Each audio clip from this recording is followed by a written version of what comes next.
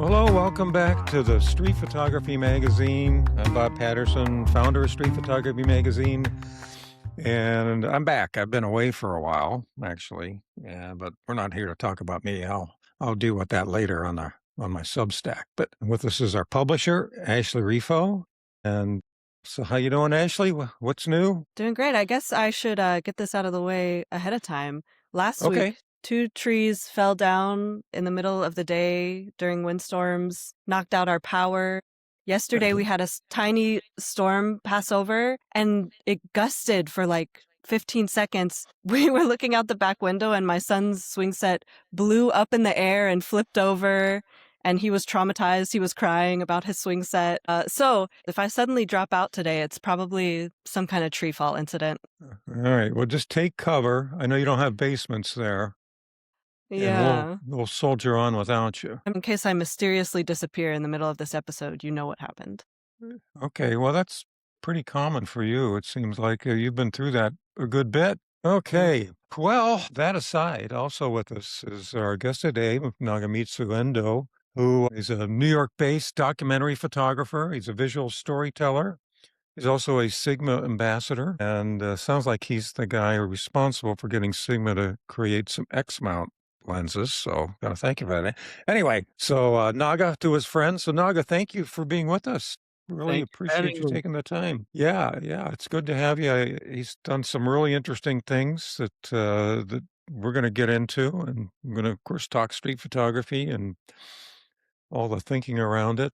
And since he's a professional storyteller, I think we can collectively learn a lot of things from him.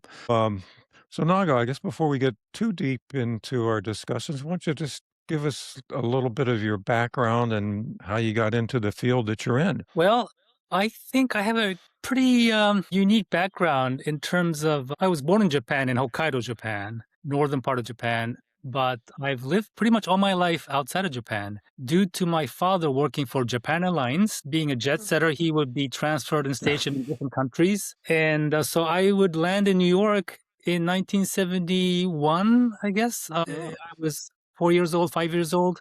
And I spent my early childhood in New York, in Flushing, Queens. So I was in a regular public school in New York.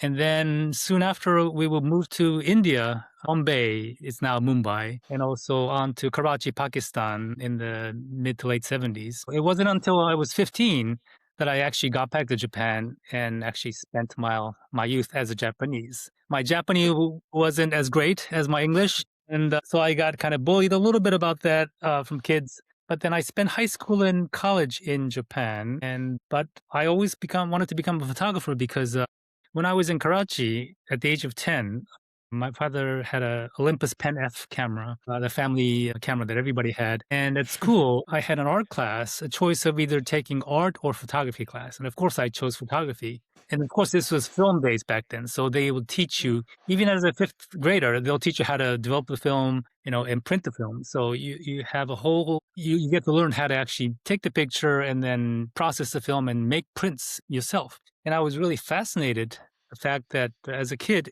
you can walk around with a little camera in your neighborhood in Karachi. And being a kid, nobody really is afraid of you. So you can actually walk into people's homes and reach you the tea, the chai. And mothers and daughters, of course, in Islam, you're not supposed to show your face to the others, but they'll take the burqa off and they'll show their face to me. So I look back on those days when I was taking pictures as a kid.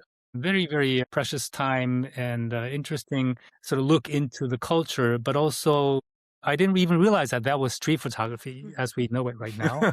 And when I came to New York to study photography, I went to Pratt Institute in Brooklyn, New York. I met this professor, Philip Perkis, who was my professor, and he was a renowned street photographer. I know some people don't like to call it street photography, but that's what he was shooting. And he introduced me to the great photographers of our time, anybody from Cartier-Bresson to Robert Frank to Helen Levitt to Gary Winogrand, all these people that we grew up with studying. I got introduced to their work, and I then realized that what I've been shooting since I was 10 was very similar to what they were doing. And not that it's anything close to it, but the fact that nothing is set up, you're just walking around the streets and everything is spontaneous, and you're at you basically capture the moment and sort of mingle into the atmosphere.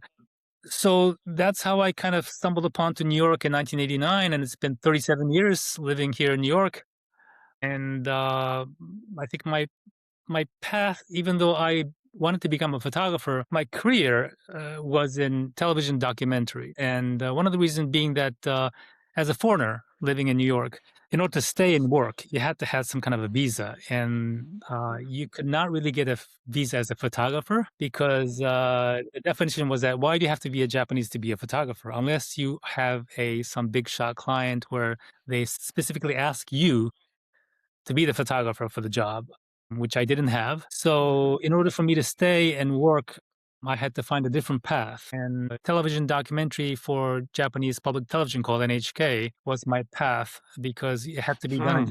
Japanese, it had to be produced in Japanese, you had to be bilingual. But when I look back, it's the same kind of approach. You're dealing with people, ordinary people, stories of families, and you have to present yourself a certain way to be accepted to the atmosphere of the environment. So whether it be photography or television documentary, it's the same approach I learned. So I spent about 25 years as a television director and producer, basically taking the pulse of America, so to speak. And right when I was really getting into the work, 9/11 happened, the Afghan war, Iraq war happened, a lot of racial issues, gun violence issues, which were all uh, really raw America to me. And Hmm. tried to find stories that were not on the headline news, but more behind the scenes stories about what the actual families are going through when their husbands and sons are being deployed to war. It's a universal feeling if you have a loved one involved in that type of situation. Yeah. It's unbelievable to find that even now, to this day in 2026, we have families around the country who are experiencing the same situation. But I think documentary serves a purpose to record and capture and document the plight of people in different livelihoods. And I think that's the beauty of documentaries and photography. And it's just a tool to tell the story of someone else's lives. And so I think over the course of my career in photography and television documentary, I think that's what I've been kind of following. And I really haven't sort of, tried to like pave my direction to any certain way. In other words, I've been just led by what's happening in front of me and I just follow that path. So I don't think I've really accomplished anything much, but I have witnessed the whole sacrifices and the repercussions of what America has been going through from a Japanese point of view. I mean, even though, like I said, I haven't lived in Japan for many years, I think I have a very Japanese mindset. I still feel like an outsider, even though I've lived in New York for 37 years and I'm a New Yorker, as like anybody else. So that's why I think I feel like I have a very unique perspective on life here in New York. It's interesting you say that, Naga, because that was a question I was going to ask you. I feel like everybody or most people, how they see themselves and their identity is so often tied to where they come from. And I was wondering if you felt like that since you've grown up all over the place. And I was thinking maybe you don't feel tied to a certain place, but it sounds like you still do have that connection with Japan as an important part of your identity, huh? Because my family's in Japan, my parents are in Japan, and every time I go there, I was just there for the New Year's holidays. It's kind of strange because every time I go to Japan, I don't get to stay as long as I would like to. I'm just a Mhm. tourist over there. So even though I'm from Japan, I feel like I'm just a visitor there. But I get to see Japan in a very objective way, and good or bad, just like how I see things here in America. So as a photographer, as a documentarian, your eyes are wide open everywhere you go, and your antenna is always up, and people looking for stories and feeling what's going on. So I think that's life, that's living. I think so. I try to make the most of it every day, and I feel that strongly because back, I think it was in 1992 when I was still at Pratt, I got held at gunpoint on the street. I was mugged at Mm. gunpoint, and I was fine, but then that happened 4 years in a row, and this was during the Gulf War, in the early '90s, and I think the economy was getting bad in the States, and people were, uh, unsettled, I think, in society, and we were targeted in a way. But then I thought to myself, "Well, I was very lucky that, I'm okay, but I could have died that moment. And if I don't make the most of every single second that I'm living, then all will be lost. So I think that incident really woke me up in terms of like making sure that I really make the most of every day. So I appreciated that experience, even though it was a really terrible experience for me. Um, No worries. so, but you've been here for quite a while. Would you say it's 39 years? Has any of the outsiderness started to fade? I mean, do you still live in like the Flushing, Queens area? I Is live it? in Forest Hills in Queens, which is like Yeah, LaGuardia and JFK. So it's yeah. pretty close to the But city.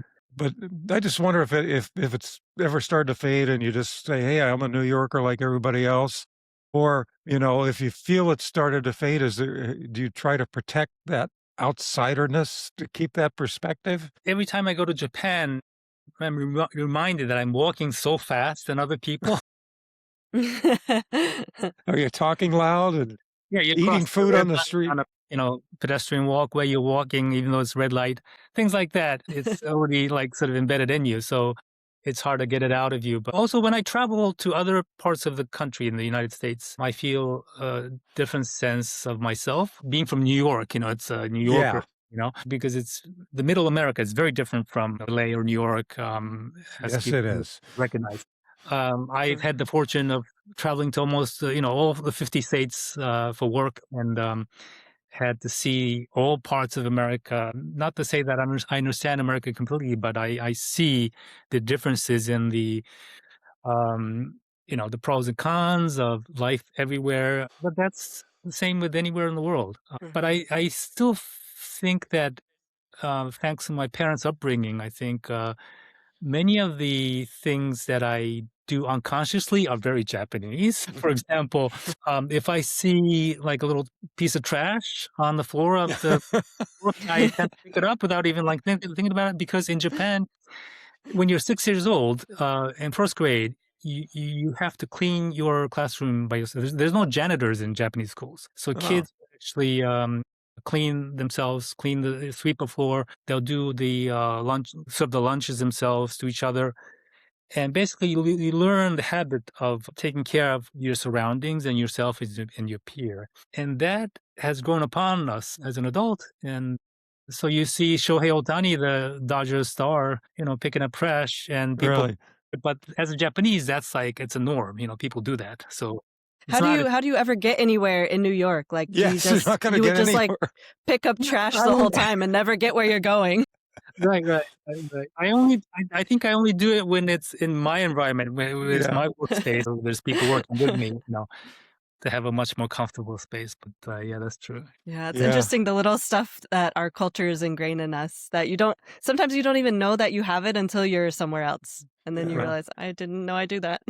Yeah. Before we started, you told us a little bit about your background and how you started learning editing from the Renaults. Actually, they were instructors, right, at DTV. And Naga let me back up a little bit. Naga was involved in the documentary film Armed Only with a Camera about Brent Renaud, who was basically, I'm going to use this term, executed in Ukraine back in 2022. And I didn't realize at the time when I saw the video that you were friends for quite a while. But can you tell us a little bit about your background with Brent and his brother and how you initially met them through a class, through learning.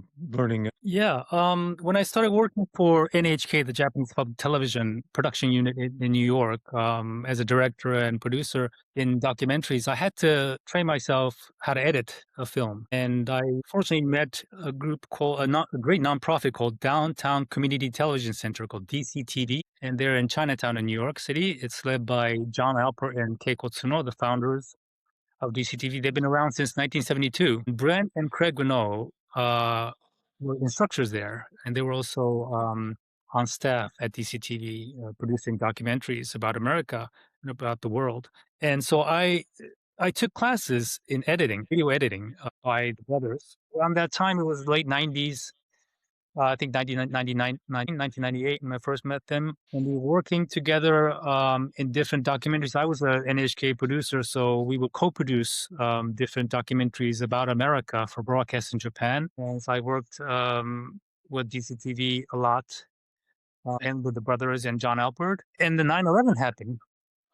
And of course, John and Brent and Craig would go in and they would film, and they kindly allow us to take part in their documentary to produce a Japanese version of their documentary called Off to War. This was originally in America broadcast by a channel then called Discovery Times. It was a joint venture between Discovery Channel and the New York Times on documentaries. And it was about the Arkansas National Guardsmen being the first soldiers to be deployed to Iraq, or to Afghanistan, sorry. And then, so we were producing, so I've known the brothers since the late 90s, and we probably made over 40 documentaries together about America. Oftentimes, I would be the co-producer of their film and trying to localize the film, the story, to the Japanese audience, who were really yearning for more in-depth stories, not just the headlines of how many people were killed this day here, but more stories about families. So I focused on the plight of the families of people being sent to war. What is it like to be sent off to war? What happens to a farm when the whole town has to leave for war? And that sort of resonated in a universal message to the Japanese audience. And we were only supposed to do one episode of a story about this family, but then a lot of our viewers called us and said, "What's going to happen? Well, we want to know what's going to happen to this family." So we ended up doing a whole 10-part series on these small town called Clarksville, Arkansas. I think it was a small town of 7 people, and they were the very first to be deployed. I'm still in touch with these families, and so are Brent and Craig. And so throughout the course of the maybe 25 years or so, we've really taken the pulse of America about what's going on in this country, what's happening to this country. And the interesting thing is that there are no politicians or there are no experts in their film or my film. They're mostly ordinary people just like you and me, families, farmers, merchants, fathers, mothers, going through what's happening in society. And that was the only way we thought that could the viewers resonate with their story. And I like that part, not having politicians or experts in the film, because there are categories of films like that, but our stories are more about human stories, family stories. And Brent and Craig, they're known for following stories about refugees and immigrants, what happens to people who are fleeing their country because of what's going on in their country. And they are in the conflict zones, but they're always following the families and the plight of these people who are fleeing. And Brent was doing the story about immigrants and refugees around the world, and he stumbled upon in Poland. And I think there's many YouTube videos of his brother Craig talking about what happened to Brent. But he went into Ukraine. He was aiming for Irpin in Ukraine, and he got shot at a checkpoint by Russian militia in the neck, and he got killed. Juan, who was a New York Times photographer, his partner who was working with him at the time, was also shot. Luckily, he survived, and he's also the producer of the film, armed only with the camera. But basically, Craig had to risk his life to go into Ukraine and to retrieve his body and his equipment and footage, which he successfully did. And he spent the last 4 years basically putting together the pieces and telling the story about Brent's life and what Brent was trying to accomplish. And it's also a story of Craig's life as well, because they're Renaud brothers. They were working hand in hand, and with John Alpert as a mentor for all these years. John Alpert was also my mentor too, with all the documentary stories that we worked together. And so it's a very emotional piece for me, as well as a very important piece for journalists around the world. Conflict journalists, how difficult the job is, and just to tell a story about a family or people to risk their life. And Brent was a very quiet, calm person, almost like a Zen monk. But I think there's a phrase in the film they told he could be calm as a Zen in a battle zone, but he was really frightening in cocktail parties in Brooklyn. And so that tells you something about him. And so I would go out to dinner with Brent, and we would just have Vietnamese sandwich together, and lots of great memories, very quiet moments. But I think he liked the fact that I was from Japan, that I'm not a big talker also. And we just spent time together. and he loved photography as well. So actually, I had a Leica and the film camera, and he wanted to use the Leica camera. So I lent it to him, and then COVID happened. So he had the camera for like over 2 years. And he had the camera because we couldn't see each other because he was traveling, and he actually took the camera to his assignments overseas, and he started taking pictures, and then later on, I think he moved to digital Leica, but he used my 35 f2 micron lens on the M10 camera that he was using. So when he passed away, I was wondering what happened to the camera, and later on, I did visit his house, and his family had given me back the camera that I had loaned him. So to me, it's a memorabilia for me that Sure. is in his hand in the conflict zone. So he was very much into photography, which I was very pleased about. Did that camera happen to have film in it when you got it back?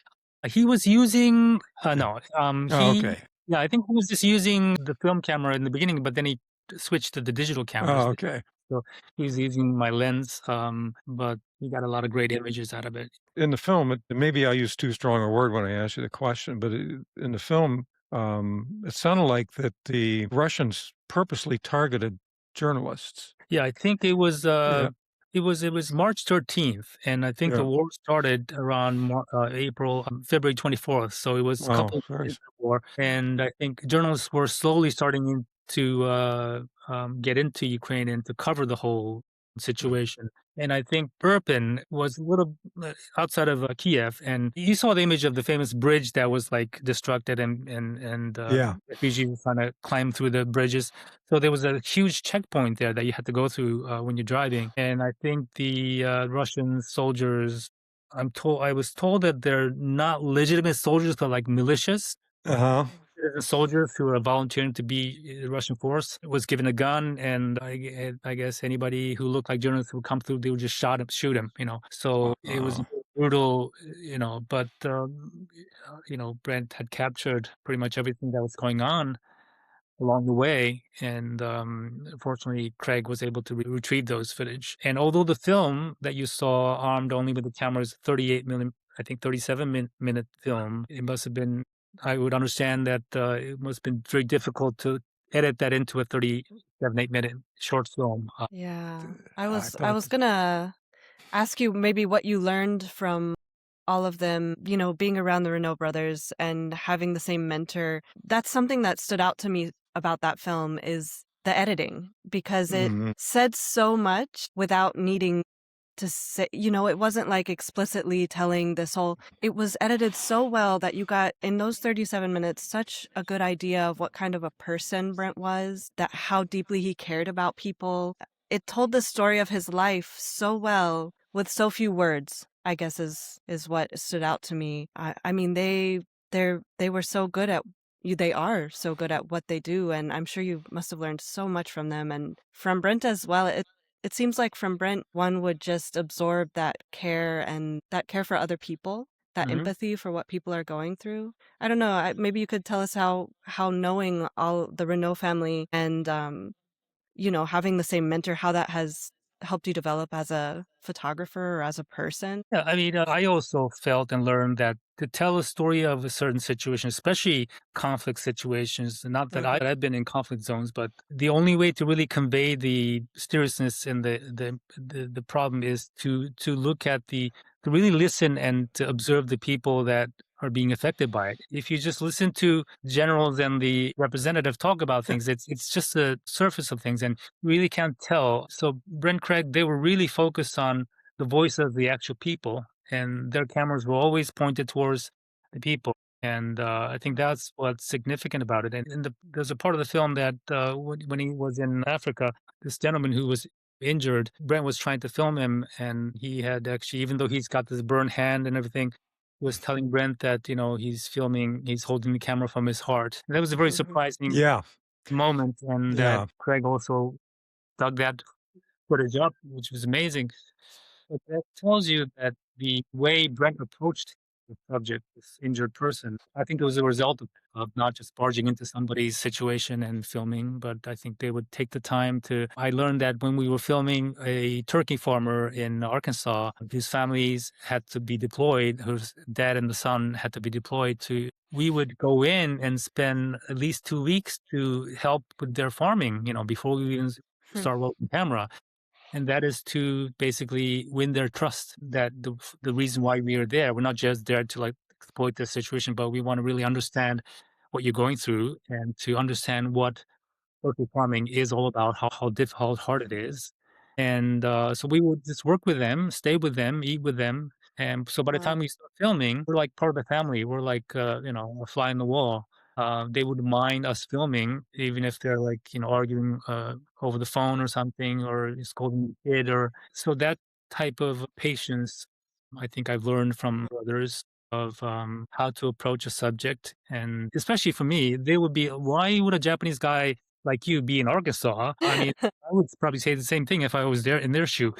So I took very special care in making sure that they don't feel like they are invaded. I told them that we have families in Japan who even though we don't have an army in Japan, but we have what's called a self-defense army, where under the constitution, we cannot really send our troops to the war zone, but they can do support missions. So the government decided to send the self-defense army as support missions, but their families are worried as hell because of not knowing what's going to happen. So it's the same feeling that they have. So I described to them that this is why I'm covering your story, because we have families in Japan who have gone through the same feeling and want to understand from your point of view of your concerns and your worries. So from that moment, they understood completely. I learned that taking the time and really speaking to them and understanding their situation and from the heart would really gain their trust. And from there, you know, it's easier to film their stories. I mean, after watching the film, it's trying to digest it. I mean, the actual story itself. And then I started thinking about people who listen to our podcasts or, get the magazine, and they're all primarily documentarians, more mainly with stills, trying to learn how to tell these stories from. And then now we're talking to you as a professional storyteller. So I wonder when someone like Brent or like yourself, they come back from shooting all this footage, probably hours and hours and hours of footage, and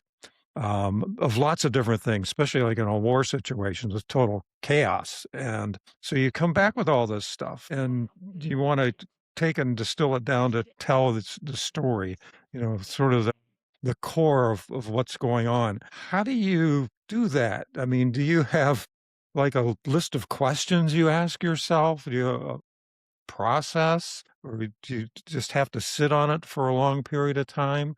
I mean, as a professional, how do you do it? Or maybe Well, you don't even know, you just because you do it so I much. mean, over the course of the filming, Yeah. there are moments that that Mhm.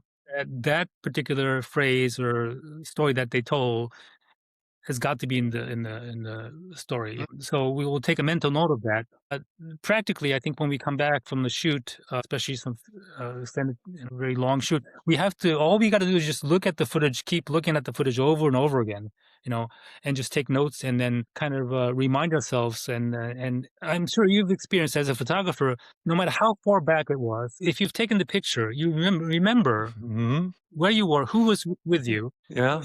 and it's very you can really remember what happened then. If you're the one filming, and especially Brent Craig, they film themselves, even though they're directors, they film themselves. Yeah.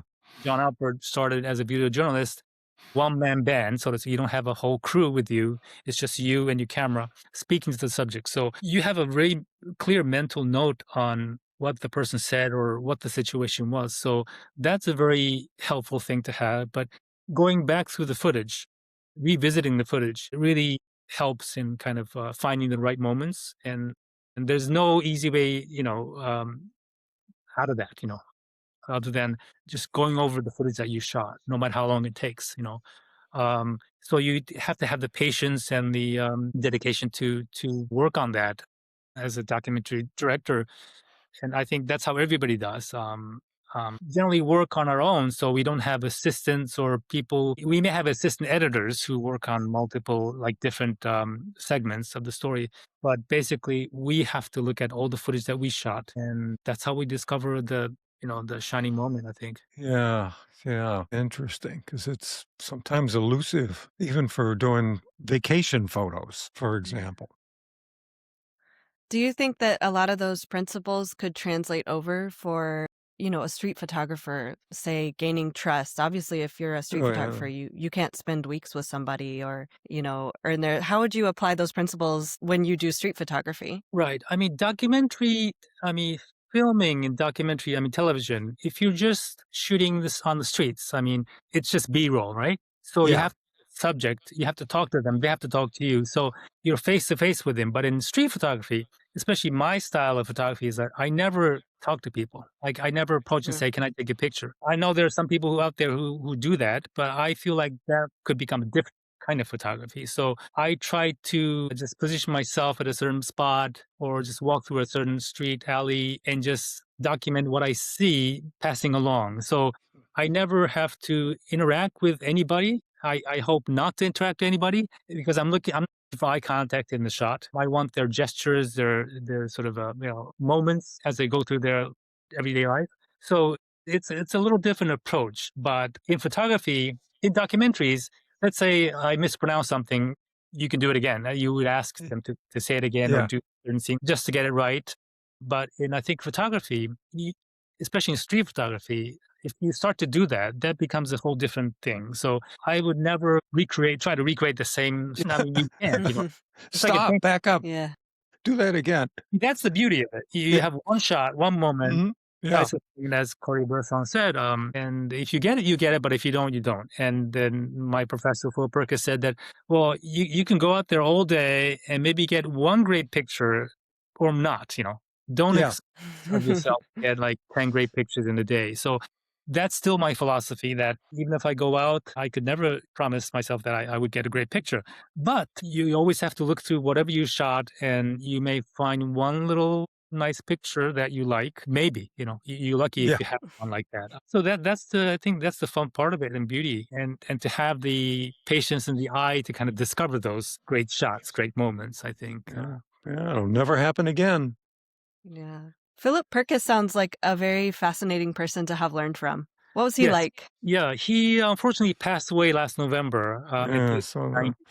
But he came from the great age. I think he went through Chicago Art Institute and Rhode Island School of Design, and he was an NEA grant holder, Guggenheim Fellow, and he was a professor in photography at Pratt for many, many years, and he also taught at other schools. But he didn't really define his work as street photography, but just the way we live is the way we see is it's the way of life, photography. And he would have a light like M5 on his hand all the time, and if you see his work, he's not really shooting anything particularly spectacular, but mhm, a single moment. He's really looking for a single moment, and I think that's what I didn't even think of as what a great photograph could be. But after I studied with him, the eye he had was what fascinated me and changed my way of looking at things around me, and also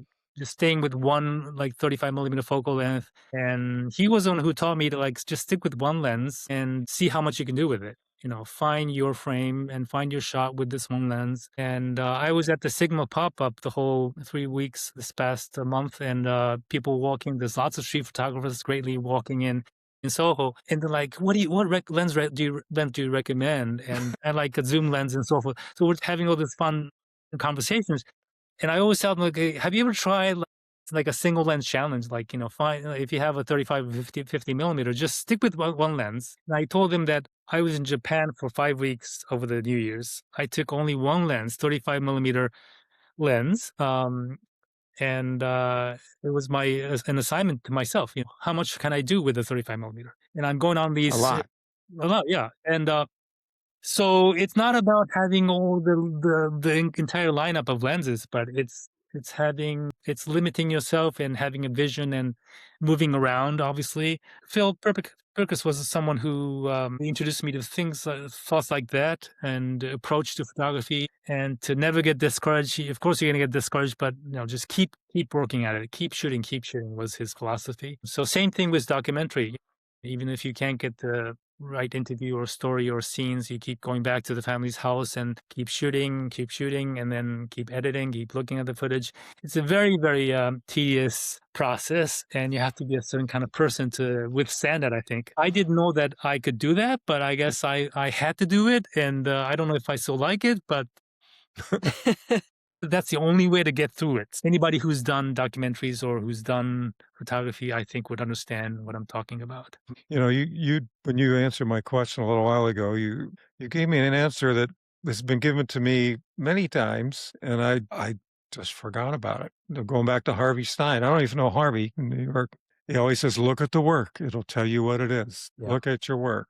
I thought, "Duh, okay, it makes total sense." Yeah, even in documentaries, I mean, as I found that learning how to edit a documentary film Mhm. was very useful because as an editor, you're the one who knows what elements you need for the scene, Yeah, right? Like if you're a cook, you want to you cook something, you need certain, items, recipes, right? So you have yeah, to go shopping for those recipes. Just like that, an editor, you train yourself to, okay, I need this shot, this shot, this shot to establish this scene. And then you go out there and shoot those scenes. So mhm, unless I would encourage any shooter to also learn how to edit, be a good editor. That way you become a better shooter as well, because you know exactly what yeah, you capture to put together the story that you want to tell. Yeah, yep, that makes total sense. Editing is, I think, one of the hardest things. You can go out and shoot all day, but yeah. turning it into something, a project with a life of its own, or a photo series, that can be so challenging, especially looking at your own work. Your own work and making a decision. At some Mm, point, a Yeah. lot of things have to go for a few things to stay. Yeah, another thing my mentor, Professor Philip Perkis, told me was that when you're in school, in graduate school, you got critique once a week and you got all your peers and teachers talking about your work and, saying good things and bad things about your work. You get feedback. But once you Mm, graduate, you'll have none of that. So make yeah, sure that you have a certain group of people, good friends that you can talk to anytime you want and show work together and then give feedback to each other. That's the only way mm. to kind of get a sense of like where you are as an artist, as a photographer. That was a very I took it lightly back then, but then I really understand because yeah, you're right. I mean, it's hard to not get feedback, and it's hard to feedback yourself, critique your Mm. own work. So it's very important to have people. You're surrounded by people who would talk to you about your work. yeah. That's something you can't get AI to do right. Find those people and help them out too.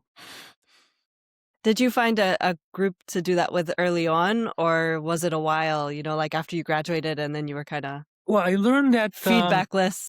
yeah, just like, I mean, any other friend. I mean, you have to reach out to friends to be able Yeah. to keep in touch. I mean, especially for me, I moved to New York when I was younger, when I was 23, and I left all my college buddies and all my, friends back home. And Mm. this was before the internet age. So unless I write, Yeah. I mean, I can't afford a telephone like international telephone call, so I got to write to them a postcard. Yeah, with those little scratch-off cards from before? The long-distance Maybe scratch-off cards. maybe one or two people might write back, but mostly they don't write back. So Yeah. it was my signal saying, "I'm still alive." I have to, if I would have to really raise my hand to say, "Look, I'm still here." Otherwise, nobody will reach out to me. So I think you have to take the initial step to like reach out to people, friends, and to say, "Look, do you have a little time to look at my work?" Or vice versa. In this day and age, everybody's busy, and Mm, you don't want to bother people. So especially as a Japanese, you want to be you don't want to be pointing into people's daily life, so you tend to hesitate that, but I think you have to do that as a photographer, I think. you don't ask, you don't get. Exactly. So moving forward, I saw that you're a mentor with the Brent Renaud Foundation Yeah, with they have and work with emerging journalists. right. Not just me, but there's many Yeah, other I saw this. Yeah. different who have worked in the field. They're all longtime friends of Brent and Craig that we worked in different broadcast networks and different channels. Some of them are filmmakers. And basically, the idea after Brent passed, the foundation called the Brent Renaud Foundation was built to foster a new generation of documentary filmmakers to how to put together a story. And then working with the local Arkansas public television, they had a couple of sessions in the earlier days and basically one to keep Brent's legacy alive, the fact that there was Hmm.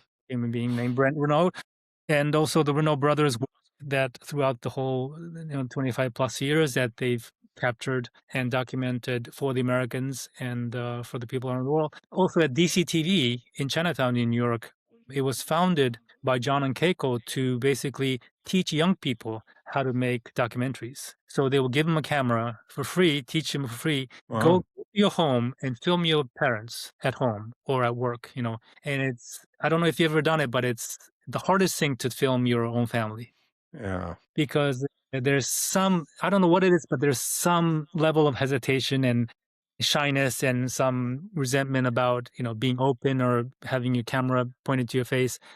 So it's the greatest lesson to have these young school kids to have a little handy cam, go to their home and film. And a lot of these kids at DCTV, they have a program called Pro TV where they select about 30 kids every year from inner city schools and to produce documentaries, short documentaries, whether they be 5-minute documentaries or 10-minute documentaries. And they submit the work to film festivals. And some of them have gone into Sundance, some of them have gone to NYU Film Really? Wow.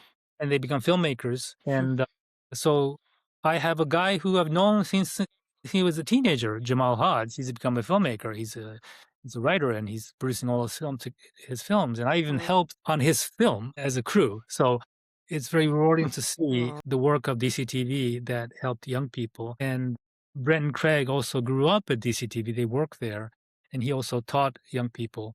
So I think the foundation's purpose is to keep that legacy alive, to have the next generation of filmmakers think about not just documentary, but also how to go about being a documentarian in this day and age. It's things are very different, Yeah. times are different, and the equipment are different. So, and the mindset between yourself, your career, your family, how to perceive in life. I mean, those we're trying to find a way to teach the young people, and I think it's a great idea to have that foundation. Yeah. But what do you find yourself telling young people, young image makers that you wish someone would have told you? Yeah, I was at the Sigma pop-up yesterday actually, and Mm-hmm. a young woman came. I think she's just finished school. Said, "I just want to start documenting people," and I came here because I wanted to find out what camera I should use. So I said, "Well, it doesn't matter what camera you use. You can choose all you want. You have a budget and so forth. But just go out there, talk to people, meet people, start taking pictures or taking videos. I think the tool is everywhere, right? So Yeah. Oh, yeah. no Got matter in your what." pocket. Yeah, writers use their pen and notebook. We use cameras. It's just a tool. So being out there to meet people, to meet families, be on the streets, to actually act upon the documentation. I think you don't have to define what it is, and you don't have to define what film you're making. But once you start filming or photographing, then you start to build a body of work, and then look at that work. That's where it begins. So I just told the girl that just go out and shoot. It doesn't matter whether it's good or bad. I even gave her my card, say, if you ever want me to look at your work, I'll be happy to. I think it's just that people have, I think a lot of young people think that they need to have some sort of purpose or some project to begin with. But I really don't think so. I think it's the fact that you are willing to go out there and do it is the first step. Mm. And so I would encourage everybody to just do it. Back in the film days, it was very costly, so you have to think about like how much it's gonna. But now with the digital cameras, once you have a camera, if you can't afford a camera, you can rent one for the week very inexpensively through these rental places. So I actually recommended that to that girl who came yesterday. To if you can't decide on a camera, just rent it for like $100 for a week, and then you can try it out and spend the whole week, dedicate yourself for the whole week, and see what you can do with it, and discover yourself, and that you'll be surprised how much you can do. And once you, I think, understand that you can do it, I think it's the sky's the limit. I'm still searching what I, but I'm just continue to keep doing it and I keep shooting. So every time I go out, I may leave my phone at home, but I wouldn't leave my camera. Yeah. So, Do you have something that you found in your own work over time or not yet? And do you have a favorite story that you've told maybe through your documentary work? Is there anything that, you're like, this is what I enjoy doing and, gives you a little direction or a goal maybe? Yeah, I think that my Recent work in photography, specifically, I mean, I tend to shoot, just be out in the streets, kind of finding peaceful moments and gestures and light and shadow, and coming from the really traditional street photography, a photographer's work. I try to emulate that. And I don't really have a particular theme in mind, but I'm just kind of in the moment. But as far as documentaries, there's all kinds of issues and stories that I feel like I would like to capture. But then to do a documentary properly, you have to do some research and you have to really find the approach to the story. I haven't really dug myself into that yet, but every time I go out, I think I find myself taking pictures of people working on the streets, or people going about doing something, or people sort of being lost on the streets. And you would think you never talk to these people, but you through the photographs, I think I'm thinking of what their life is, what their life could be, what they're aiming for, those hopes and dreams. And I hope so. A lot of my pictures always have people in it because I feel like you can take a great picture on the street, but then it looked like a stage without any actors. And there are some Yeah.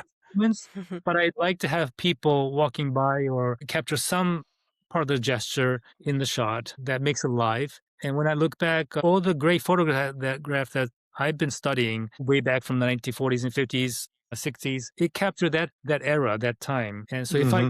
capture the moments, the everyday life now, who knows, maybe 50 years from now, some young people might see our work, how we lived in 2025, 2026. It may be way different. So it's just capturing and documenting our everyday livelihood. I think that in itself is a pretty significant project to take upon. It's may sound mundane, but you just have to keep doing it. For example, yesterday was Easter, the Easter parade at the Fifth Avenue in Manhattan, very popular. Sure. Yeah. And I missed going to shoot yesterday because I had to do something else. And that's a very day in the life of New York, very New York thing. And there's always great characters. They're great subjects to photograph when you go out on a day like yesterday. But Can't do everything. to keep that mindset always going to be able to. Yeah. I feel like I hear you say patience and persistence. Like, this is what I'm hearing from you. We just need to have patience and persistence. And keep showing up. Yeah, yeah, and keep shooting, keep looking at your work, keeping looking at other people's work as well. Yeah, definitely. So what's next? So you're working on any big documentary projects that you can talk about, or you No, not almost right. finished? Yeah, not right now. There are some discussions about projects, but nothing to fruition yet. And I'm not getting any younger, so I would love keep going. But overall, I think we all have to be healthy to do anything. So blessed that we are in good health, Yeah. be safe, and just you know keep the motivation going. I think. Yeah. Yeah. Well, thanks, Naga. This is very, very, very helpful for me personally. So hopefully our listeners will too. I know they will. Why don't you tell us where people can find you? Well, you can find me on Facebook, Nagamitsu Endo, but also I have my website, nagavision.com, Hmm. the showcasing my professional work I do a lot of live television work, technical broadcast work, and also producing for television. So, and also I had some work that I've shot, a lot of entertainment, a lot of jazz musicians that I shot. So can see my commercial work, so to speak, but I'm trying to put together my street photography work online, which I haven't done much. That's kind of lagging behind. And yeah, I people, understand. you should show your work. You should show your work. Show your work. Okay, where's your yeah. Yeah, I never got to that. I have a personal project I've been working on for about 3 years. I probably talk about it too much on here, but shoot, the jazz community. We've got a very vibrant jazz community Oh, yes. in our area. I saw that, you've photographed Herbie Hancock, Chick Corea, Pat Metheny, Ron Carter, all these guys. Of course, you're in New York. Lucky to be alive at their time. Yeah, yeah, absolutely. And, do you normally shoot performances, or are you doing primarily portraits or all the above? Mostly performances, and then if I do get a chance to shoot the portraits, I would love Yeah. one great thing about jazz musicians, especially in New York, is that they've all gone to perform in Japan, and they have a Yeah. really great experience going to Japan because they treat them well. Yes. Surprisingly, Japanese music fans, they're huge in jazz. I mean, they're very knowledgeable about musicians and the music. Yeah. And so they're very welcomed and open hands. And so when I tell them that I'm from Japan, they're very open to letting me photograph them. Of course, we had very long relationship with Blue Note. When I was at NHK, we filmed the live performances 90s. So, everybody in Japan are waiting for them to come perform in Tokyo. And a lot of them do. I enjoy and I feel privileged that I got a chance to meet them and to be able to photograph them. Yeah. What an opportunity. I love working with these musicians who they they have a lot in common with street photographers in a lot of ways. But I watch YouTube a lot. Just I like watching music and photography stuff. But I got hooked on Blue Note Tokyo. I've seen some just amazing people on there, and I wanted to go there. Figured out where it was, but I couldn't get my wife to go. Plus, we were still on Eastern time when we were there mentally. Have you ever been to Blue Note Tokyo? Yeah. Yeah, it was impressive. Anyway, I'm wandering, and any other thing you want to say before we go? Well, I think we are. I mean, I thought about this maybe 20 years, 25 years ago, but we are at a very, very interesting time in America. I mean, I live in New York. Where I live in Forest Hills, it was a very quiet immigrant neighborhood, but things have changed a lot since the Hmm. pandemic. And I'm still kind of searching for how and what to document in my neighborhood and also in the New York City area with everything that's going on with immigrants, because this city, including myself, is formed by immigrants. So without immigrants, the city doesn't function. So how do you Yes.